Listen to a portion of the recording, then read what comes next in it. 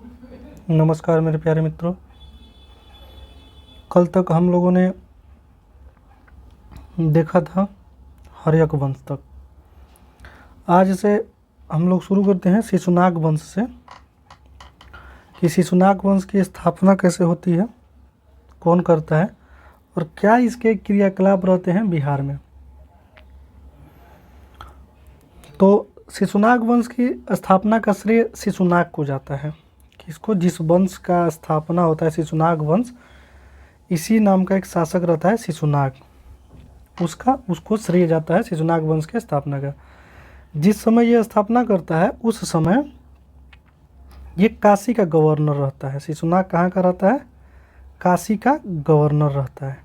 हर्यक वंश के अंतिम शासक नाग दशक की हत्या करके सन 412 ईस्वी में शिशुनाग वंश की स्थापना करता है और अपनी राजधानी वैशाली में बनाता है। कहाँ बनाता है? वैशाली में बनाता है। ठीक है। और सबसे पहला काम ये करता है कि अवंती मगध संघर्ष, ये पहला काम क्या करता है? अवंती मगध संघर्ष को समाप्त करता है। इसका पहला काम रहता है। उसके बाद ये कुछ करता नहीं है, बस राज्य करता रहता है, समय बीतता है। और फिर कालाशोक,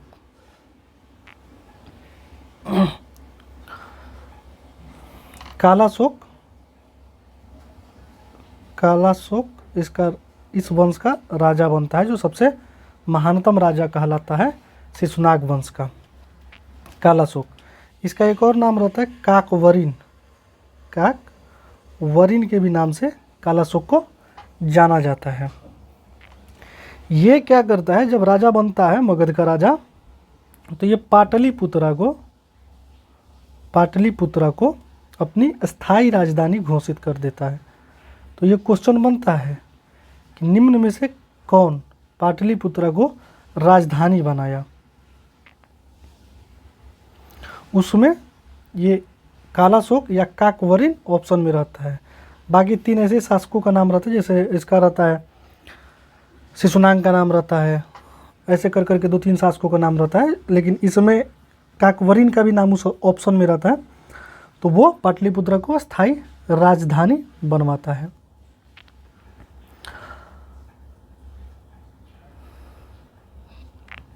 ठीक है मेरे प्यारे मित्रों, बस शिशुनाग वंश में हम लोग को इतना ही पढ़ना है। अब हम लोग आगे देखते हैं नंदवंश। नंदवंश में क्या होता है? शिशुनाग वंश की सत्ता पर अधिकार करके महापद्म नंद ने, कौन? महापद्म नंद ने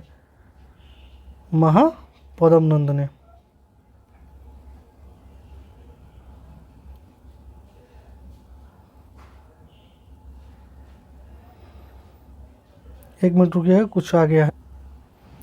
हाँ, तो नंदवंश का स्थापना महापद्म नंद करता है। किस पे विजय प्राप्त करके? शिशुनाग वंश पे विजय प्राप्त करके। और ये कब करता है? 344 ईसा पूर्व में। ठीक है, नंदवंश की स्थापना करता है। और महापद्म नंद का सबसे महत्वपूर्ण कार्य देखा जाए, इस नंदवंश में सबसे महान शासक यही होता है, महापद्म नंद।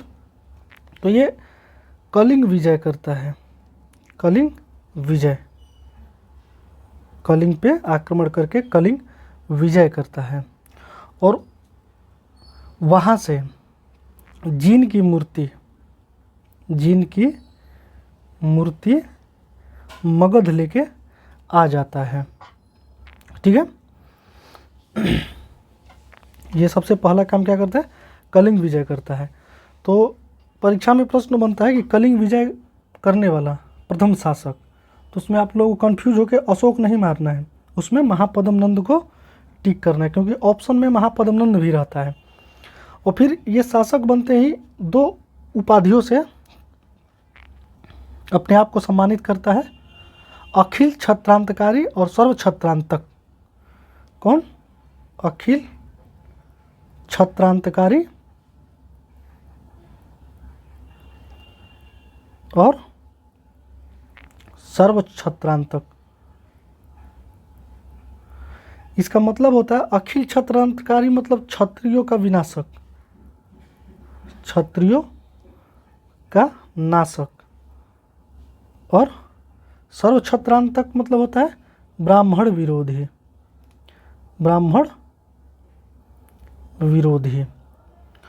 और ये प्राचीन इतिहास का महापद्मनंद एकमात्र ऐसा शासक रहता है जो शूद्र शासक रहता है, एकमात्र शूद्र शासक रहता है। ये भारतीय इतिहास का प्रथम शूद्र शासक अगर पूछ दे तो इसका ऑप्शन में महापद्मनंद रहेगा। महापद्मनंद को मारना है, टिक करना है, ठीक है। और एक राट की उपाधि भी धारण करता है, एक राट की उपाधि भी धारण करता है। ये तीन उपाधियों की, सर्वक्षत्रांतक, अखिल क्षत्रांतकारी और एक राट, तीन उपाधि ये धारण करता है महापद्मनंद, ठीक है।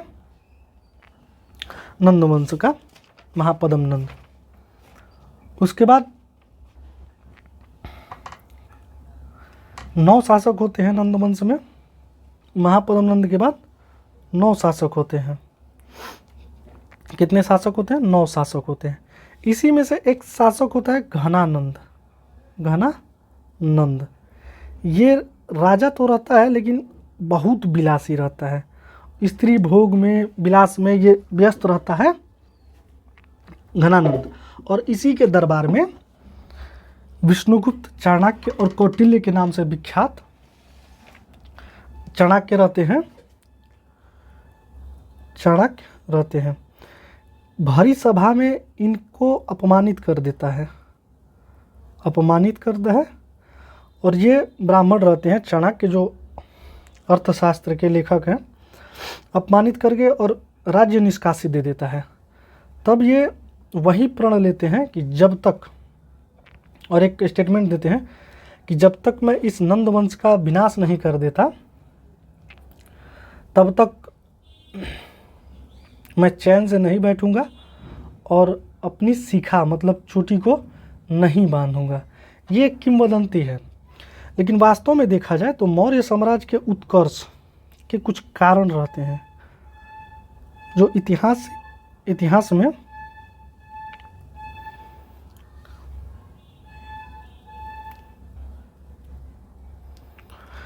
नंद वंश के पतन और मौर्य वंश के उत्कर्ष में कुछ कारण इतिहासकारों ने लिखा है, जिसमें से ये दिखता है कि मध्य गंगा घाटी, ये मगध साम्राज्य मध्य गंगा घाटी में रहता है, जहाँ की भूमि उर्वर रहती है, मतलब बहुत उपजाऊ रहती है। और यहाँ पे ये भी रहता है कि आसानी से शासक वर्गों के लिए संसाधन उपलब्ध रहते हैं। और मगध साम्राज्य में हाथी भी प्रचुर मात्रा में मिलती है। यहाँ पे लोहे के खान भी बहुत सारा रहते हैं, लोहे के खान भी मगध साम्राज्य में बहुत सारा रहते हैं, ठीक है। और इसकी दोनों राजधानियाँ, मगध की दोनों राजधानियाँ जो प्राचीन काल में और वर्तमान में रहती हैं, कौन कौन सी राजधानियाँ रहती हैं? एक पाटलिपुत्र और दूसरा राजगृह। ये दोनों प्राकृतिक सुरक्षित रहती है, प्रकृति इसको सुरक्षित रखता है। जैसे पाटलिपुत्र को देखेंगे तो गंगा और सोन नदियों के संगम पे रहता है, गंगा और सोन के संगम पे, तो ये जल के द्वारा सुरक्षित रहता है। राजगृह 5 पहाड़ियों से घिरा रहता है, किससे? 5 पहाड़ियों से घिरा रहता है राजगृह। तो ये भी उससे ही, राजगृह भी सुरक्षित रहता है। दोनों प्राकृतिक तौर पे सुरक्षित रहते हैं। और पाटलिपुत्र में गंगा सोन मुख्य नदी थी, लेकिन गंडक और पुनपुन की शाखाएं भी आगे मिलती हैं। तो सुरक्षित जल दुर्ग, पाटलिपुत्रा, पाटलिपुत्रा एक तरह से आ जाएगा कि सुरक्षित जलदुर्ग से घिरा है। समझ रहे हैं? सुरक्षित जलदुर्ग से घिरा रहता है।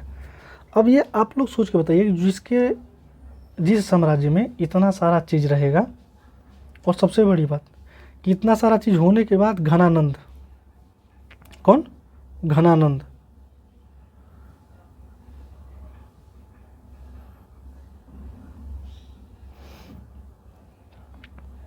इतना सब चीज़ होने के बाद यहाँ का शासक आलसी और विलासी रहता है। आलसी और भोग विलास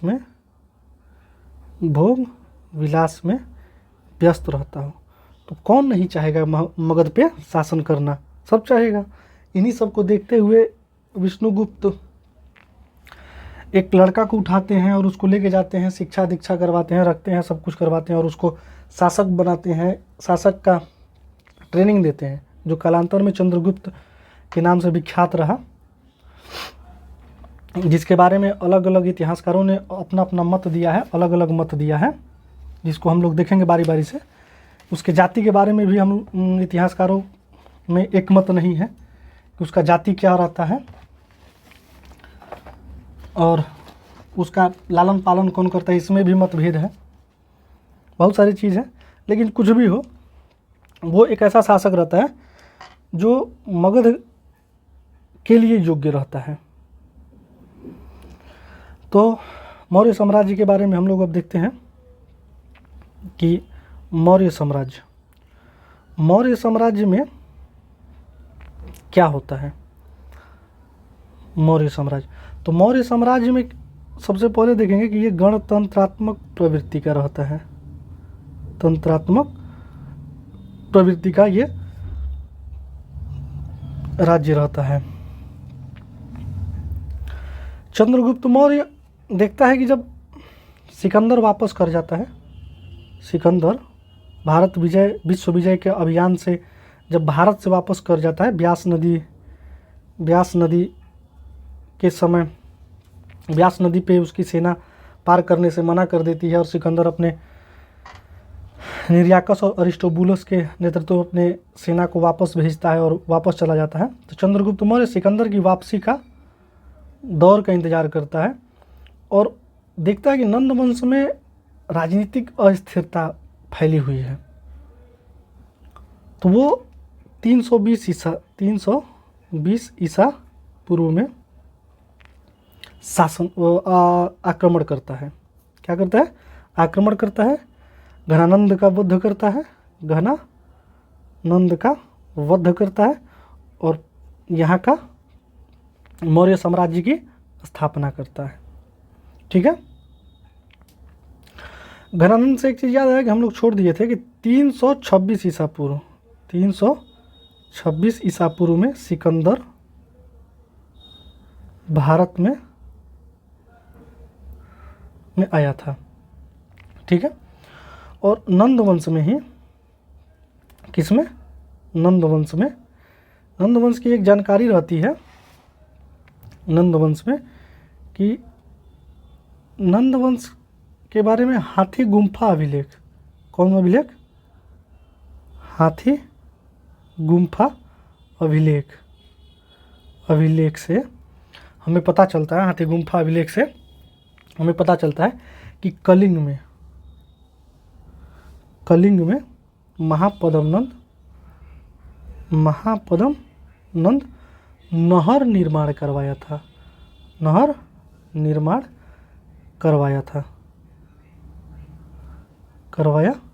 कौन करवाया था? महापद्म नंद। ठीक है। अब चंद्रगुप्त ठीक है, अब ये फैक्ट हम लोग देख लिए। अब इसके बाद हम लोग देखते हैं मौर्य साम्राज्य में देखते हैं कि चंद्रगुप्त मौर्य के बारे में, जिसने मौर्य साम्राज्य की स्थापना की, चंद्रगुप्त मौर्य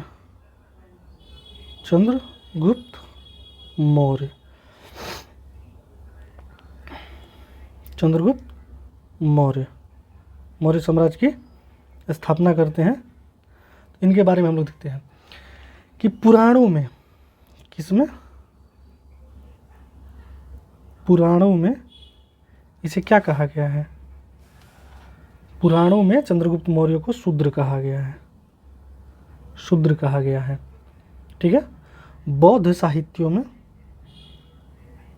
बौद्ध साहित्यों में, बौद्ध साहित्यों में क्षत्रिय कहा गया है, क्षत्रिय कहा गया है। ठीक है। मुद्रा राक्षस, मुद्रा राक्षस एक बुक है, उसमें चंद्रगुप्त मौर्य को क्या कहा गया है? नंद वंश का बताया गया है, नंद वंश का बताया गया है। राजतरंगिणी में, जो कश्मीर का इतिहास बताता है, राजतरंगिणी, राजतरंगिणी कश्मीर का इतिहास बताता है।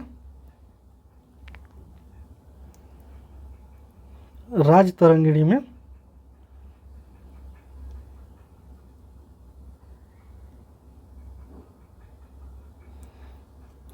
राजतरंगिणी में मौर्य कुल का बताया जाता है, मौर्य कुल का, कुल का बताया जाता है, क्षत्रिय बताया जाता है मौर्य कुल का।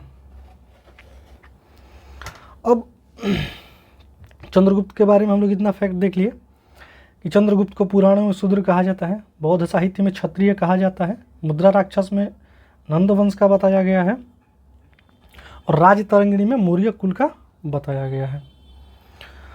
अब मौर्य साम्राज्य के शासन प्रशासन के बारे में देखते हैं। तो भारतीय इतिहास का मुक्तिदाता, यूनानियों से पश्चिम प्रांत मुक्त कराने हेतु चंद्रगुप्त को यह उपाधि दी जाती है। किसको?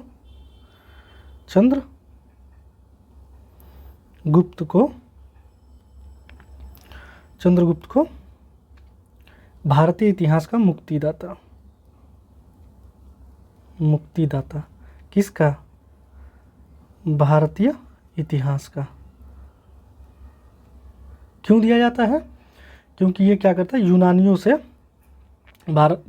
के आक्रमण से पश्चिम प्रांत को, भारत के पश्चिमी प्रांत को मुक्त करवाता है, इसलिए चंद्रगुप्त को भारतीय इतिहास का मुक्तिदाता भी कहा जाता है। अब यूनानी में चंद्रगुप्त मौर्य को, यूनानियों ने चंद्रगुप्त मौर्य को सेंड्रोकोटस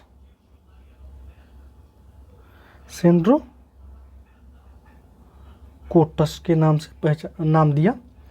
इंडिका में पाटलिपुत्रा को पालिब्रोथा, कौटिल्य का अर्थशास्त्र,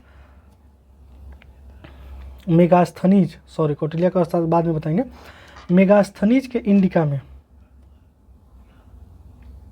मेगास्थनीज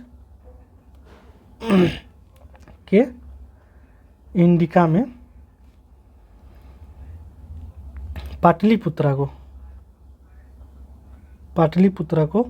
पालिब्रोथा कहते हैं, पालिब्रोथा कहा जाता है, पाटलिपुत्रा को पालिब्रोथा कहा जाता है। ठीक है मेरे प्यारे मित्रों, अब देखते हैं कि मौर्य साम्राज्य में कैसा शासन प्रशासन था। तो शासन प्रशासन इसका गणतंत्रात्मक था, शासन प्रशासन गणतंत्रात्मक प्रवृत्ति पर राजतंत्रात्मक प्रवृत्ति का विजय, अंतिम विजय था। गणतंत्रात्मक प्रवृत्ति पर राजतंत्रात्मक प्रवृत्ति का अंतिम विजय, अंतिम विजय। कौन? मौर्य वंश। अगर ये प्रश्न पूछ रहे स्टेटमेंट में कि गणतंत्रात्मक प्रवृत्ति पर राजतंत्रात्मक प्रवृत्ति का अंतिम विजय किस वंश से शुरू होता है, तो उसमें मौर्य वंश रखेंगे। ठीक है। और मौर्य वंश की जानकारी का वर्तमान में स्रोत पाटलिपुत्रा कुम्हरार से राजप्रसाद के अवशेष प्राप्त होते हैं। ठीक है। और ये चंद्रगुप्त मौर्य जो था वो भारत में प्रथम बार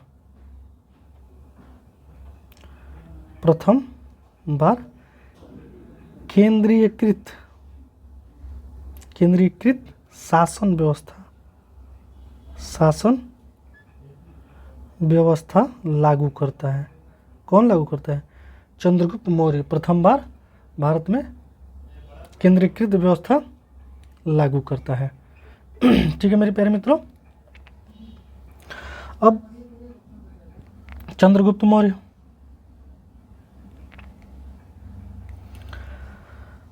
320 ईसा पूर्व से 298 कहाँ से कब से कब तक?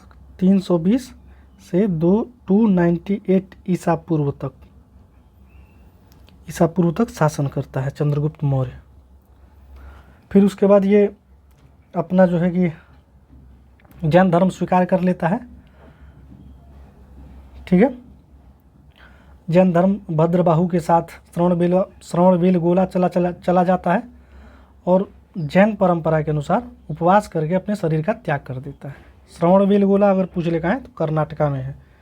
चंद्रगुप्त मौर्य भद्रबाहु के साथ दक्षिण भारत चला जाता है और जैन परंपरा के अनुसार वो अपना शरीर त्याग देता है।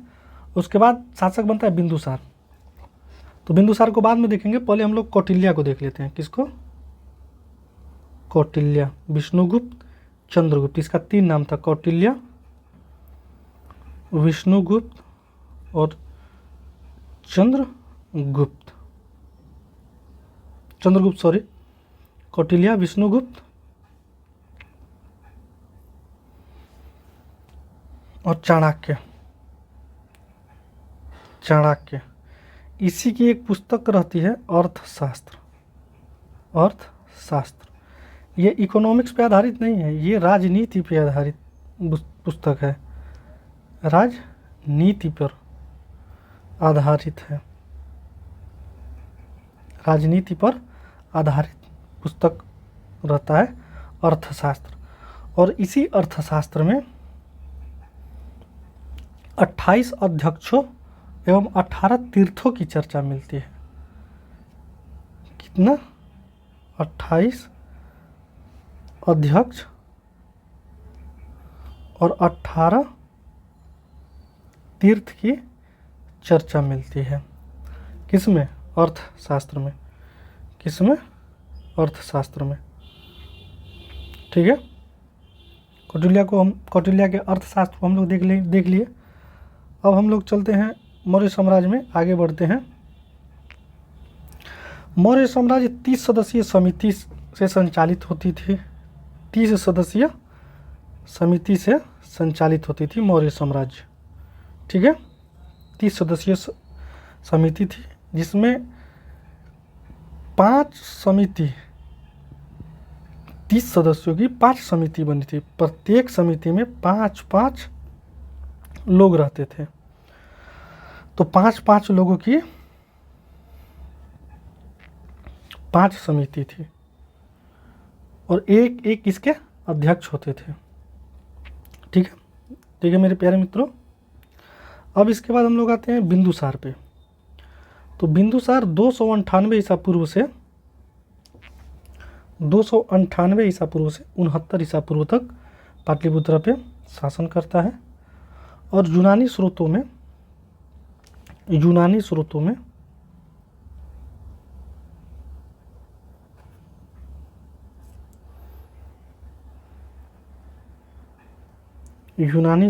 में इसको अमित्रोचेटस कहते हैं। अमित्रोचेटस कहते हैं। क्या कहते हैं यूनानी स्रोतों में? अमित्रोचेटस कहते हैं। और संस्कृत में अमित्रोघात कहा जाता है। क्या कहा जाता है? अमित्रोघात। ये होता है दुश्मनों का नाशक। अमित्रोघात मतलब क्या होता है? दुश्मनों का नाशक। और जैन परंपरा के अनुसार, ये संस्कृत में हो गया, और ये जैन परंपरा के अनुसार इसे सिंह सेन कहा जाता है। सिंह सेन कहा जाता है। जैन परंपरा के अनुसार इसे सिंह सेन कहा गया। ये बिंदुसार सीरिया के राजा डायमेकस,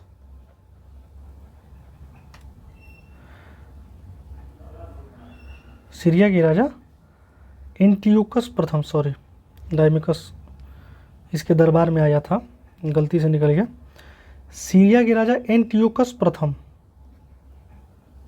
एंटियोकस प्रथम, एंटियोकस प्रथम से अच्छे संबंध थे। तो ये मीठा शराब, सूखे अंजीर एवं एक ज्ञानी व्यक्ति, सोफिस्ट, मीठा शराब, सूखा अंजीर, सूखा अंजीर और एक सोफिस्ट, सोफिस्ट मतलब ज्ञानी व्यक्ति, ज्ञानी व्यक्ति मांगता है। ठीक है।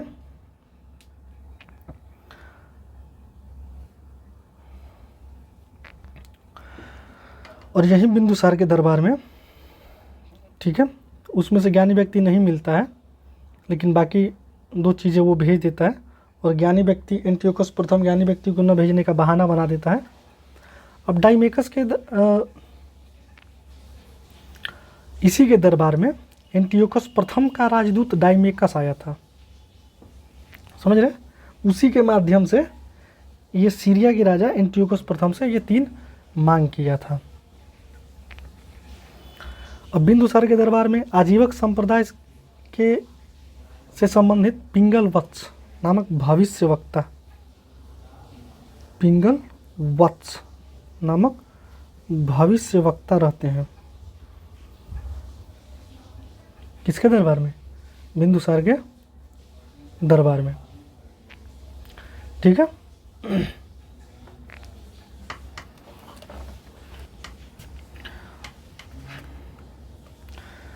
और तारानाथ जो होता है, तारानाथ एक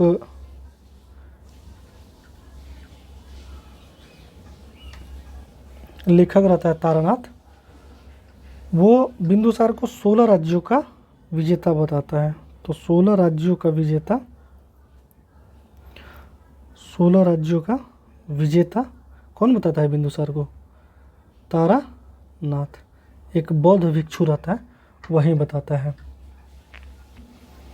जो ये बताता है कि अरब सागर और बंगाल की खाड़ी के बीच के क्षेत्र में इसका था, साम्राज्य था।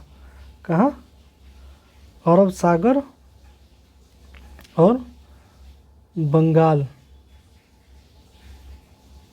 की खाड़ी में इसका, इन दोनों के बीच में इसका क्षेत्र था।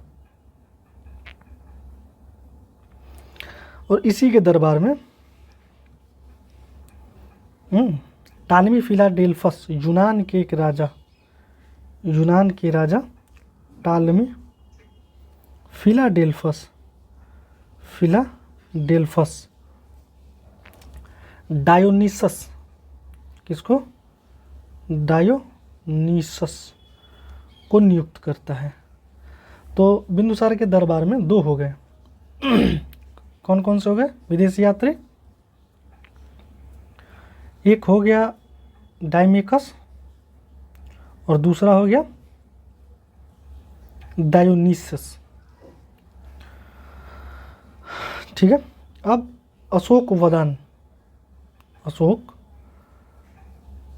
अशोकावदन के अनुसार बिंदुसार के शासनकाल में तक्षशिला में विद्रोह हुआ।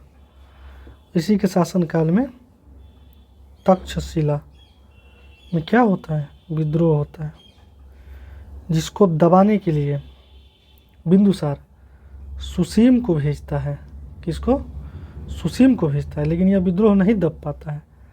तब ये अशोक को भेजता है और अशोक इस विद्रोह को दबाने में सफल रहता है। ठीक है, अशोक इस विद्रोह को दबाने में सफल रहता है और इस विद्रोह को दबा देता है। कालांतर में शासन करते करते बिंदुसार की मृत्यु हो जाती है और मगध का शासक अशोक बनता है। सम्राट अशोक उत्तराधिकारी भी घोषित रहता है। बिंदुसार की मृत्यु के बाद उत्तराधिकारी का संघर्ष होता है जिसमें अशोक विजयी होकर 269 ईसा पूर्व में 269 ईसा पूर्व में शासक बनता है मगध का, जो मौर्य वंश का महानतम शासक सिद्ध होता है। क्या होता है? मौर्य वंश का महानतम शासक सिद्ध होता है अशोक। एक स्रोत है दीपवंश और महावंश, बौद्ध धर्म से के संबंधित 2 किताबें हैं। इसमें बताया जाता है कि अशोक अपने 99 भाइयों का हत्या करके शासक बनता है।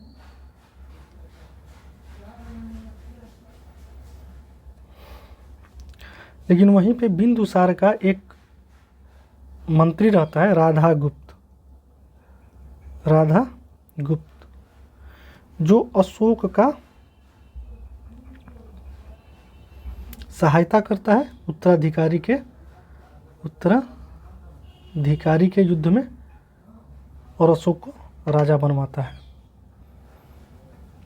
समझ रहे हैं कि अगर क्वेश्चन बन जाए कि राधागुप्त कौन था जो अशोक का सहयोग उत्तराधिकारी के संघर्ष में किया था, तो आप लोग बताएंगे यही राधागुप्त बिंदुसार का एक मंत्री था। हालांकि अशोक राजा बनते ही साम्राज्य विस्तार का नियम अपनाता है और अपने 8वें साम्राज्य राज्याभिषेक के 8वें वर्ष यानी 261 ईसा पूर्व में कलिंग विजय प्राप्त करता है। कलिंग विजय जहाँ पे बहुत बड़ी संख्या में नरसंहार होता है और इसका हृदय परिवर्तन हो जाता है। क्या होता है? हृदय परिवर्तन हो जाता है और ये युद्ध विजय के स्थान पर धम्म विजय की नीति अपनाता है। कौन नीति? धम्म विजय। धम्म विजय मतलब शांति विजय, शांति विजय की नीति अपनाता है और अपने साम्राज्य को शांति के दम पे विस्तार करता है। और इसी धम्म के प्रचार प्रसार के लिए अशोक अपने दूत कुछ देशों में भेजता है धम्म विजय के उद्देश्य से। तो देख लेते हैं कुछ देश उसमें, जिसमें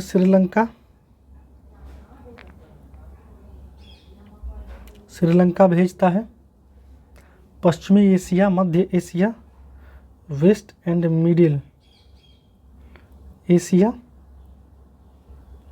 वेस्ट एंड मिडिल एशिया, और यूनानियों सीरिया, मिस्र, साइरिन, यूनानी। यूनानी में कौन कौन हो जाएगा? सीरिया, मिस्र, साइरिन, मैसिडोनिया, साइरिन,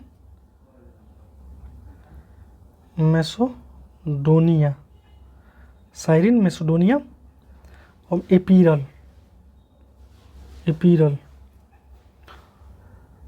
यहाँ से क्वेश्चन बनता है कि अशोक अपने धम्म विजय के आधार पर किन किन देशों में दूत भेजे और प्रचार प्रसार करवाया। तो आप लोग वहाँ पे कुछ और नहीं मारिएगा, ये ध्यान रखिएगा ये फैक्ट। श्रीलंका भिजवाया था, पश्चिमी और मध्य एशिया, यूनानियों के पास, यूनानियों में सीरिया, मिस्र, साइरिन, मैसिडोनिया और एपीरल भिजवाया था। एपीरल एक देश है, उस समय एपीरल के नाम से जाना जाता था, भेजे थे। जिसके बाद एक नए अधिकारी, समय के साथ एक नया अधिकारी धम्म महामात्र, कौन? धम्म महामात्र की नियुक्ति करता है। किसका नियुक्ति करता है? धम्म महामात्र की नियुक्ति करता है। शिलालेख और स्तंभलेख भी जारी करवाता है। उसमें से कुछ शिलालेख तो हम लोग अशोक के बारे में देख रहे थे कि अशोक कुछ शिलालेख और अभिलेख, कुछ गुफाएं भी बनवाया था, जिसकी चर्चा हम लोग करेंगे। देखिए यहाँ पे हम लोग अशोक का 14वां शिलालेख के बारे में नहीं पढ़ना है, ना ही कोई और शिलालेख के बारे में पढ़ना है। यहाँ पे बिहार के संदर्भ में अशोक का जो भी चीज़ रहता है, जो भी विकास या फिर जो भी कार्य है, उसको देखना है। अब आप लोग ये नहीं सोचिएगा कि सर ये नहीं बता रहे हैं, वो नहीं बता रहे हैं, ऐसे नहीं बता रहे हैं, वैसे नहीं बता रहे हैं। तो यहाँ पे हम लोग सिर्फ अशोक का जो भी चरित्र है, मूल्यांकन है, वो बिहार के स्तर पे कर रहे हैं। और आप लोग घबराइएगा नहीं, जब हम लोग भारत का इतिहास शुरू करेंगे, उसमें प्राचीन इतिहास, मध्यकालीन इतिहास और आधुनिक भारत का इतिहास जब शुरू करेंगे, तो उसमें अशोक का मूल्यांकन भारतीय स्तर पे करेंगे, विदेशी स्तर पे करेंगे। उसमें आप लोगों को सारा फैक्ट बताया जाएगा, तो आप लोग इतना चिंता नहीं कीजिए। चलिए बिहार के स्तर पे अशोक का मूल्यांकन करते हैं कि बिहार से अशोक का शिलालेख, बिहार से अशोक का शिलालेख मिलता है हमको। बिहार से अशोक का शिलालेख बराबर सहसराम और चंपारण से। कहाँ से? बराबर सहसराम और चंपारण। इस चंपारण में पूर्वी और पश्चिमी दोनों चंपारण से मिलता है। ठीक है, ये नहीं सोचना है कि चंपारण सर लिख दिए हैं तो एक ही चंपारण, नहीं। कौन सा चंपारण? नहीं, पूर्वी और पश्चिमी दोनों चंपारण से मिलता है। और ये पहला ऐसा शासक रहता है, प्रथम शासक, अशोक प्रथम शासक रहता है जो शिलालेख जारी करता है, शिलालेख जारी करता है। ठीक है, और ये अशोक अपने शासनकाल के कुछ कुछ वर्षों में कहीं कहीं का यात्रा किया रहता है। तो अपने शासनकाल में पहले अशोक का हम लोग नाम देख लेते हैं कि किस अभिलेख में अशोक का नाम क्या रहा है। तो मास्की शिलालेख, मास्की शिलालेख में अशोक का नाम रहता है। क्या लिखा रहता है? अशोक नाम उत्कीर्ण रहता है। मास्की शिलालेख में अशोक नाम उत्कीर्ण रहता है। भाब्रू शिलालेख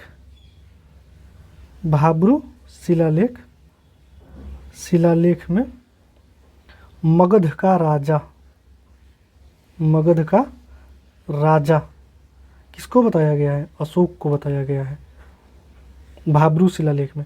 तो ये दो फैक्ट याद रखेंगे कि मास्की शिलालेख में अशोक नाम उत्कीर्ण है और भाब्रू शिलालेख में मगध का राजा बताया गया है। राजतरंगिणी किसमें?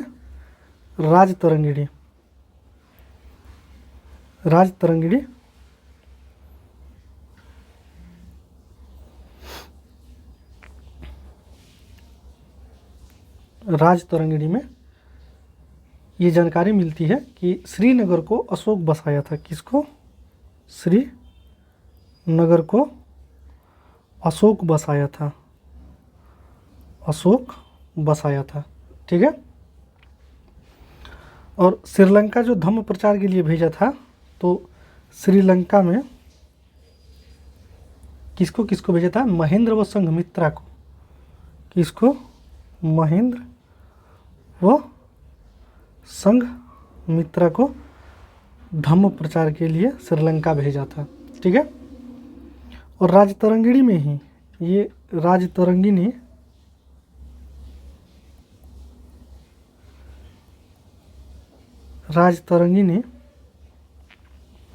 में ही अशोक को शैव बताया गया है।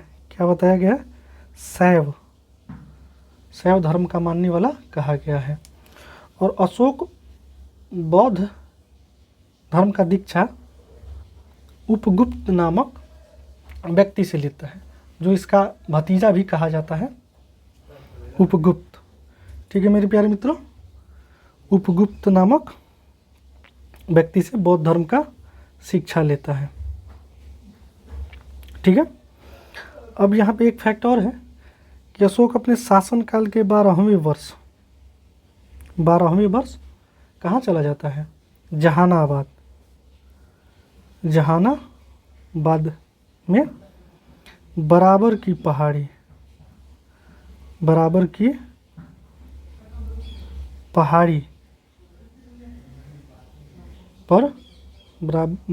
पहाड़ी पर 4 गुफाओं का निर्माण करता है। सुदामा, कर्ण चौपाड़, लोमस ऋषि, उनका नाम रहता है। सुदामा, कर्ण, चौपाड़ और लोमस ऋषि, कौन कौन नाम रहता है? सुदामा, कर्ण, चौपाड़ और लोमस ऋषि गुफा, ये चारों गुफा हैं जिसको खुदवाता है और क्या करता है? आजीविकों को दान दे देता है। आजीवक संप्रदाय के मानने वाले भिक्षुओं को दान दे देता है, वहाँ रहने के लिए स्थान बनवा देता है। ठीक है मेरे प्यारे मित्रों, इसी तरह अशोक अपना साम्राज्य विस्तार करता है और इसके बाद जो शासक होते हैं वो अयोग्य होते हैं, जो पाटलिपुत्र का शासन नहीं संभाल पाते हैं। और मौर्य वंश का अंतिम राजा बृहद्रथ, पुराणों से जानकारी मिलती है कि मौर्य वंश का अंतिम राजा बृहद्रथ रहता है। इसकी हत्या करके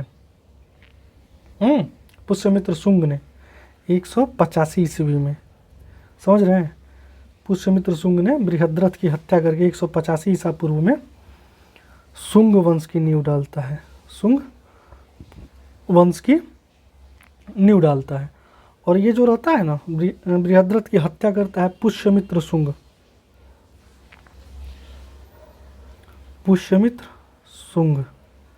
ये सेनापति रहता है बृहद्रथ का।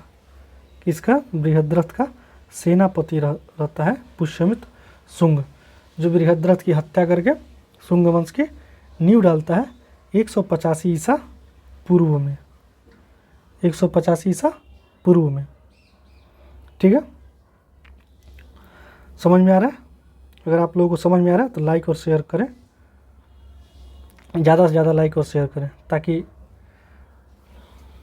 आप लोगों का सहयोग हमें मिल सके और हम भी आपका अच्छे से सहयोग कर सकें। और आप लोग चिंता नहीं कीजिएगा, जितना बिहार स्पेशल में पढ़ाया जा रहा है इससे ज़्यादा न BPSC 69वीं पूछ सकता है और ना ही BPSC शिक्षक के एग्ज़ाम में इससे ज़्यादा आएगा बिहार स्तर पे देखा जाए तो। आप लोग धैर्य बनाए रखें, हम एग्ज़ाम बीतने के बाद खुद मूल्यांकन करेंगे कि कितना प्रश्न मेरे नोट्स और ऑब्जेक्टिव सेशन से, MCQ सेशन से डायरेक्ट आए हुए हैं। आप लोगों को उस दिन ट्रस्ट होगा। तो आप लोग ऐसा नहीं सोचिएगा कि सर पहले नहीं बताए थे। और एक चीज़ और, कुछ लोगों का पर्सनल मैसेज आया मेरे पास कि सर ऐसे आप करा रहे हैं, नोट्स नहीं दे रहे हैं। तो देखिए, आप लोग बच्चे नहीं हैं, इस बात को ध्यान रखिए, क्योंकि नोट्स देने के बाद आप लोग आलसी हो जाइएगा। और हम ऐसे करा रहे हैं ना, तो आप लोग एक बार इसको देखिए, 2 बार देखिए, समझ में आए, इसको नोट्स बनाइए और उस नोट्स को पढ़िए। जो भी हम बोल रहे हैं, जो भी लिखवा रहे हैं, इसको एक नोट्स में लिखते जाइए और तब देखिए आपका बिहार स्पेशल से प्रश्न छूट जाए तो बताइएगा। और तुम थोड़ा भी घबराना नहीं है, एकदम बिहार स्पेशल आप लोगों को बेहतर करवाएंगे हम, ताकि एक भी प्रश्न आप लोगों को न छूट पाए। चलिए अब शुंग वंश के बारे में देखते हैं। शुंग वंश के बारे में, इसकी स्थापना कौन करता है? पुष्यमित्र शुंग। ये बृहद्रथ का सेनापति रहता है। ये ब्राह्मण कुल का रहता है। किस कुल का? ब्राह्मण कुल का रहता है। ठीक है, ब्राह्मण कुल का रहता है। और ये क्या करता है? हत्या करके पुष्यमित्र शुंग बृहद्रथ की और शुंग वंश की स्थापना करता है। और इसी के काल में यूनानियों ने आक्रमण किया। कहाँ किया? पाटलिपुत्र में, पाटलिपुत्रा पर आक्रमण किया था। और पश्चिमी क्षेत्र पर भारत के पश्चिमी क्षेत्र पर अधिकार भी कर लिया था यूनानियों ने। समझ रहे हैं? तब जब अधिकार कर लिया तब पुष्यमित्र शुंग के पास केवल मध्य गंगा घाटी और चंबल नदी से संबंधित क्षेत्र रह गए थे। कौन? मध्य गंगा घाटी और चंबल नदी क्षेत्र रह गया था। बस इतना ही रह गया था। मध्य गंगा घाटी और चंबल नदी क्षेत्र, दो ही चीज इसके पास रह गया था। और इसी के शासनकाल में कलिंग का शासक, पुष्यमित्र शुंग के ही शासनकाल में कलिंग का शासक खारवेल, कौन? खारवेल, पहली शताब्दी ईसा पूर्व में, पहली शताब्दी ईसा पूर्व में कौन? खारवेल पहली शताब्दी ईसा पूर्व में, फर्स्ट शताब्दी में पाटलिपुत्रा मगध पर आक्रमण करता है। और पुष्यमित्र शुंग इसके बाद देखता है पुष्यमित्र शुंग की विदेशी आक्रमणकारियों से मगध की रक्षा करना है, तो वो रक्षा करता है। और उसने जालंधर और साकल सियालकोट पर अपना साम्राज्य विस्तार करता है, विजय प्राप्त करता है। जालंधर और सियालकोट पर विजय प्राप्त करता है। क्या करता है? दो आक्रमण से रक्षा करता है। और उसके बाद जालंधर और सियालकोट पर अपना सत्ता विस्तार करता है। और इसी के शासनकाल में, किसके? पुष्यमित्र शुंग के शासनकाल में अग्निमित्र इसका बेटा अग्निमित्र विदिशा विजय करता है।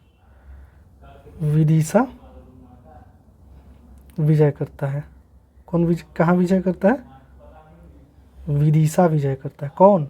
अग्निमित्र। ये कौन रहता है? पुष्यमित्र शुंग का बेटा रहता है। और इसी शुंग काल में क्या होता है? मनुस्मृति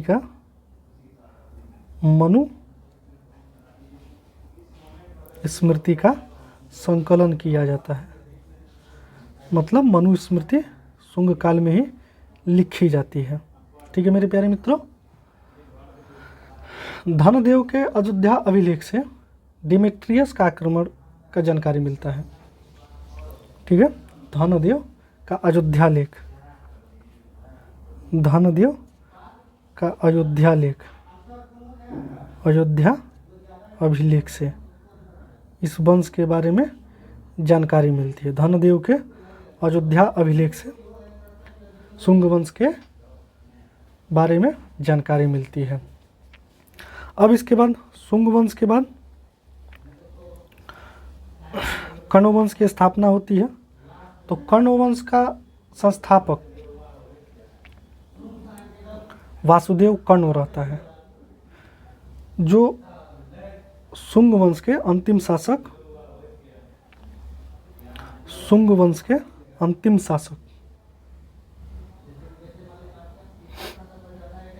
देवभूति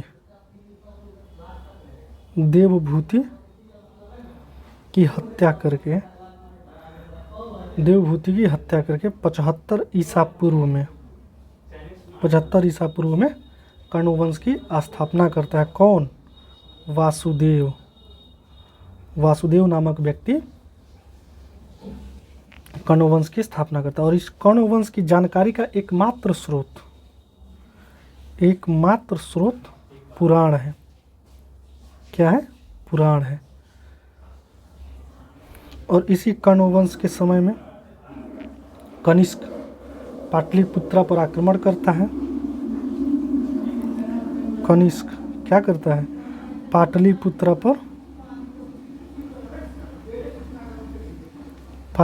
पर आक्रमण करता है और अश्वघोष व जलपात्र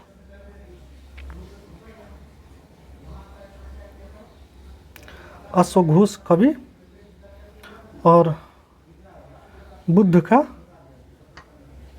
जल पात्र ले गया। बुद्ध का जल पात्र मतलब बुद्ध जिस बर्तन में जल पीते थे वो पाटलिपुत्र में ही था, लेकिन कनिष्क आक्रमण करके अश्वघोष जो बुद्ध चरित के रचयिता हैं उनको और जल पात्र को अपने शासनकाल अपने राज्य क्षेत्र में लेके चला जाता है।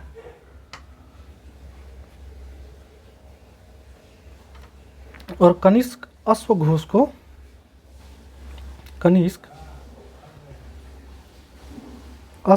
को एक उपाधि देता है। क्या उपाधि देता है? अश्वघोष को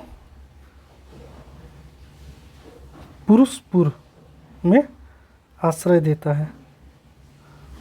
पुरुषपुर में रहने का जगह देता है अश्वघोष को, ठीक है। और इसी के शासनकाल में कर्ण वंश के ही शासनकाल में कुषाणों की अधीनता स्वीकार कर लिया जाता है और मगध पे कुषाणों का राज हो जाता है, ठीक है मेरे प्यारे मित्रों। लेकिन कुछ इतिहासकार इसके विपरीत मगध पर शक मुरुंडों का नियंत्रण मानते हैं। हालांकि अभी तक इस काल का इतिहास नहीं मिल पाया है और प्रमाणित साक्ष्य नहीं मिल पाया है, समझ रहे हैं। और ये इसके बाद इतिहास में आता है कि इनके शासक को मतलब कर्ण वंश के शासक को आंध्र सातवाहनों ने अपदस्थ कर दिया। ये भी एक चीज़ जानकारी मिलती है कि सातवाहन वंश के शासकों ने कर्ण वंश के अंतिम शासक को हटा दिया और मगध पर शासन कर लिया। इसका भी कोई स्पष्ट प्रमाण नहीं है, लेकिन इसका प्रमाण है कि कुषाण नरेश कनिष्क पाटलिपुत्रा पर आक्रमण करता है और महात्मा बुद्ध का एक जलपात्र एवं प्रसिद्ध बौद्ध विद्वान अश्वघोष को अपने साथ लेके चला जाता है। ये चीज़ याद रखिएगा, कई बार प्रश्न पूछा है कि अश्वघोष को कनिष्क कहाँ से लाया था या अश्वघोष किसके दरबारी कवि थे। उस ऑप्शन में ध्यान से देखिएगा, अगर वासुदेव होगा तो वासुदेव मारिएगा, अगर ऑप्शन में वासुदेव नहीं होगा तो कनिष्क मारिएगा, ठीक है मेरे प्यारे मित्रों। इसी के साथ आज का सेशन रहने देते हैं, काफ़ी लंबा सेशन हो गया। कल हम लोग देखते हैं प्राचीन बिहार के इतिहास को ख़त्म करके और मध्यकालीन बिहार के इतिहास में प्रवेश कर जाएंगे। आप लोग अपना सपोर्ट कीजिए और वीडियो अच्छा लग रहा है तो देखिए इसको लाइक और शेयर कीजिए, साथ में सब्सक्राइब कीजिए। ज़्यादा से ज़्यादा लोगों के साथ आप लोग सब्सक्राइब करवाइए और कीजिए, ज़्यादा से ज़्यादा लोगों को शेयर कीजिए, क्योंकि हम भी आप लोगों के लिए मेहनत कर रहे हैं। तो आप लोगों का भी तो दायित्व तो बनता है ना कि थोड़ा मेहनत करें मेरे लिए। तो थोड़ा सा, ज़्यादा नहीं, बस आप लोग मेहनत कीजिए, ठीक है मेरे प्यारे मित्रों। इसी के साथ जय हिंद, जय भारत, धन्यवाद।